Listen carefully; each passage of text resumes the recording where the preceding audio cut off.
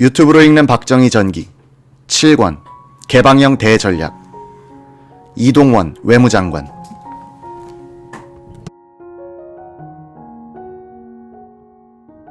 외무부는 1964년 6월 30일 신상철 주 월남 대사에게 월남 정부가 정식으로 우리 정부에 파병 요청을 하도록 통과하라고 지시했다. 7월 15일에는 월남 군사혁명위원회 위원장 겸 총리인 구엔 칸 장군으로부터 공식적인 원조 요청이 우리 정부에 전달됐다. 한미양국은 우선 130명으로 구성된 이동외과 병원과 장교 10명으로 조직된 태권도 지도 요원들을 파견하기로 합의했다.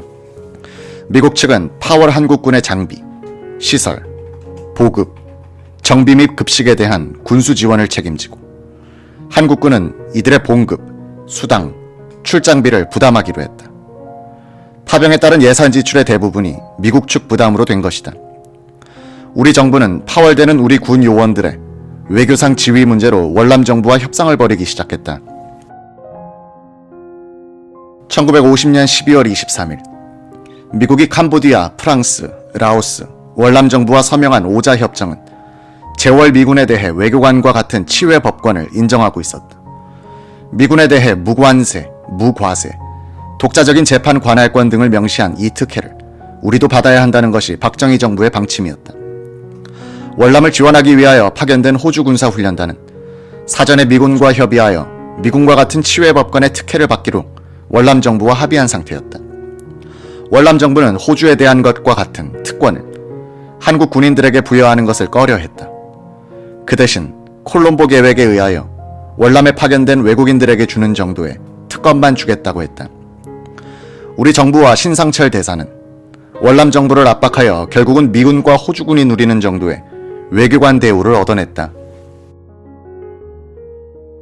박정희 정부는 7월 22일 계엄령하에 국회에 월남 공화국 지원을 위한 국군부대의 해외 파견에 관한 동의 요청안을 제출했고 7월 30일 본회의에서 통과됐다. 야당의 조직적인 반대는 없었다. 이동 외과병원 요원들의 파견이 결국 약 5만 명의 대군 파견으로 이어질 것이라고 예상하는 야당 의원들은 별로 없었다. 1964년 8월 3일 월맹의 통킹만 공해상에 있던 미국 해군 구축한 매독스호를 향해서 월맹 해군의 초계함이 어뢰를 발사했다. 다음날 밤중에 매독스호와 자매함인 터너 조이호는 레이더 화면에 어뢰 수십 발이 다가오는 항적을 발견하고 4시간 동안 암흑 속에서 함포 사격을 퍼부었다. 2배의 함장은 수척의 월맹 초계함을 격침시켰다고 보고했다. 다음날 새벽 매독스호의 함장은 레이더에 포착된 것은 어뢰가 아니라 기상현상으로 밝혀졌다고 보고하면서 월맹의 초계함이 격침되었는지는 아직 육안으로 확인하지 못했다고 했다. 이 순간 린든 존슨 대통령은 대통령 선거운동 중이었다. 그는 통킹만의 충돌 보고를 바꾸는 표를 의식했음인지 단호한 보복 조치를 명령했다. 전투기들이 64회 출격하여 월맹의 해군기지, 석유 저장소를 폭격했다. 그 이틀 뒤 존슨 대통령은 의회로부터 통킹만 결의안이라고 불리는 권한을 승인받았다. 미군에 대한 공격을 차단하기 위하여 필요한 모든 조치를 취할 수 있는 권한을 대통령에게 부여한 이 결의안은 존슨 대통령에게 사실상 선전포고권을 준 셈이었다. 존슨 대통령은 이 결의안을 믿고 월남 전선의 미군 투입을 결정했고 그 후에도 병력 증강을 쉽사리 할 수 있었다. 존슨 대통령의 결정을 수월하게 만든 이 결의안은 1970년에야 미국 상원들에 의해 폐기되지만 때는 너무나 늦어버렸다. 1964년 9월 11일 140명의 파월 장병들은 부산항을 떠났다. 이들은 9월 22일 월남에 도착, 28일에는 사이공 동쪽에 있는 해안 휴양 도시 붕타우의 월남 육군 정양병원에서 시무식을 거행했다.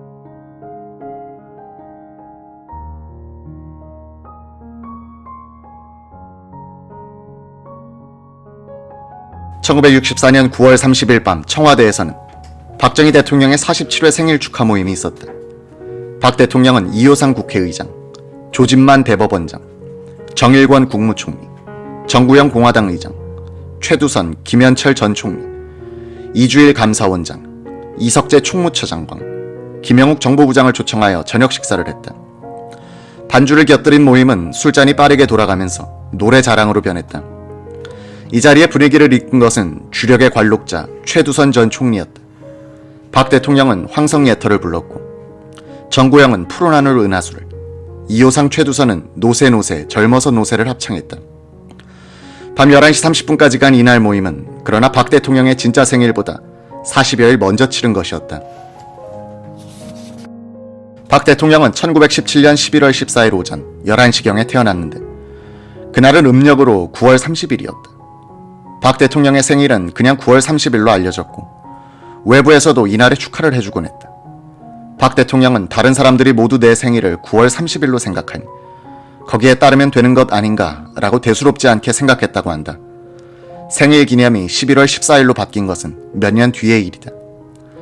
1964년 10월 3일 미 국무부의 극동 담당 차관보 윌리엄 P. 번디가 서울에 와서 박 대통령, 이동환 외무장관과 회담했다. 그는 그해 봄에 학생 시위로 중단된 한일 회담의 재개를 촉구하기 위해 한일 양국을 순방하고 있었다. 번디 차관보와 이동환 장관은 공동 성명에서 한일 회담의 조속한 재개를 희망했다. 두 사람은 또 한일 국교 정상화 후에도 미국의 경제 및 군사 원조는 계속될 것이라는 미국의 약속을 재확인했다고 발표했다.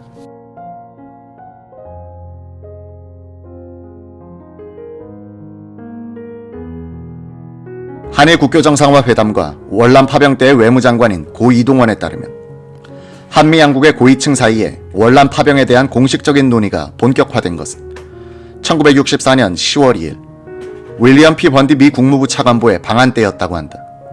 번디는 박 대통령을 만나기 전에 이동원 장관에게 이 장관, 미국이 월남전에 개입한 것을 어떻게 생각합니까?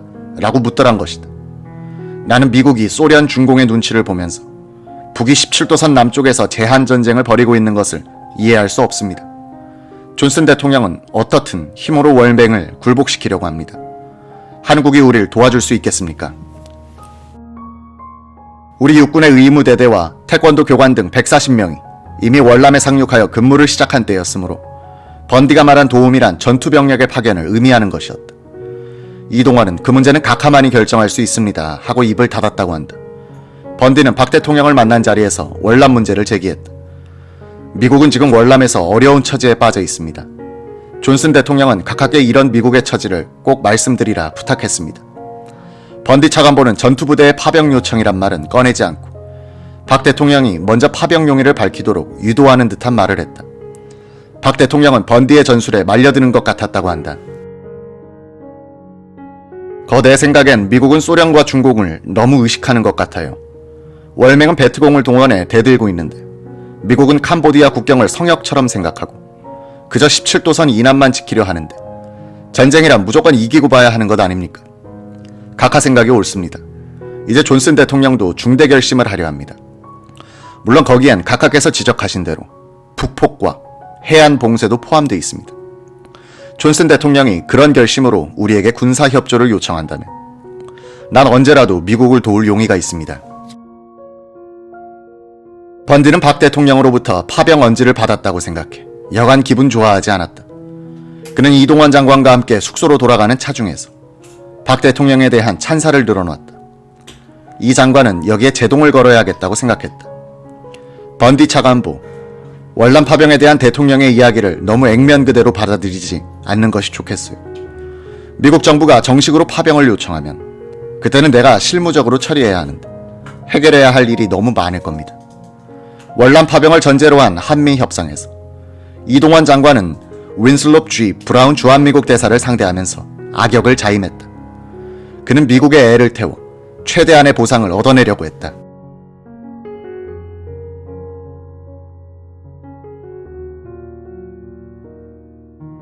박 대통령은 월남 파병에 대해서는 타산적인 접근보다는 6.25 전쟁 때 우리를 도운 미국에게 우리가 은혜를 갚아야 한다는 의리론이 더 강했다.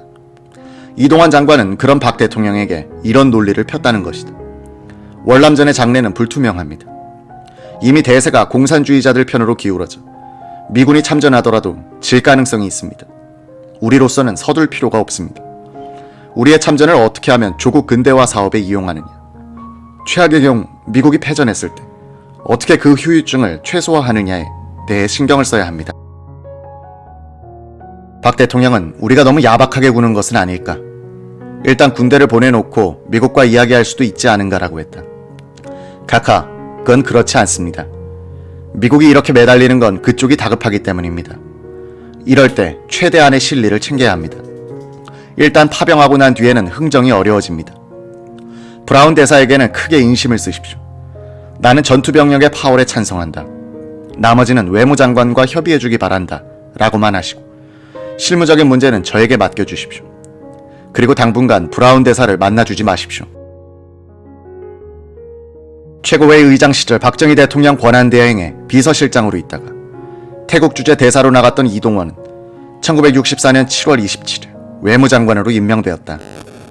그때 그의 나이 38세였다. 그는 부임 직후 세뮤얼 버거 후임으로 부임하는 브라운 미국 대사를 공항으로 영접 나가지 않았다. 그 전까지는 신임 미국 대사에게만은 우리 외무장관이 마중을 나갔다. 이건 외교 관례에 어긋나는 과공이었지만 관례로 정착돼 있었다. 이 장관은 윤옥은 의전국장을 대신 보내기로 했다. 미국 대리대사가 찾아와 브라운 대사에게 이미 외무장관이 마중을 나갈 것이라고 전문을 쳐놓았는데 이러시면 어떻게 하느냐고 항의했다고 한다. 국제 관례는 상대국 대사들을 동등하게 대여하는 것이 아니오. 잘못된 관례는 고쳐야 합니다. 우리가 총독 영접 나가듯이 할 수는 없는 것 아니오. 그렇지 않아도 미국을 새로운 제국주의 세력으로 오해하는 사람들도 있는데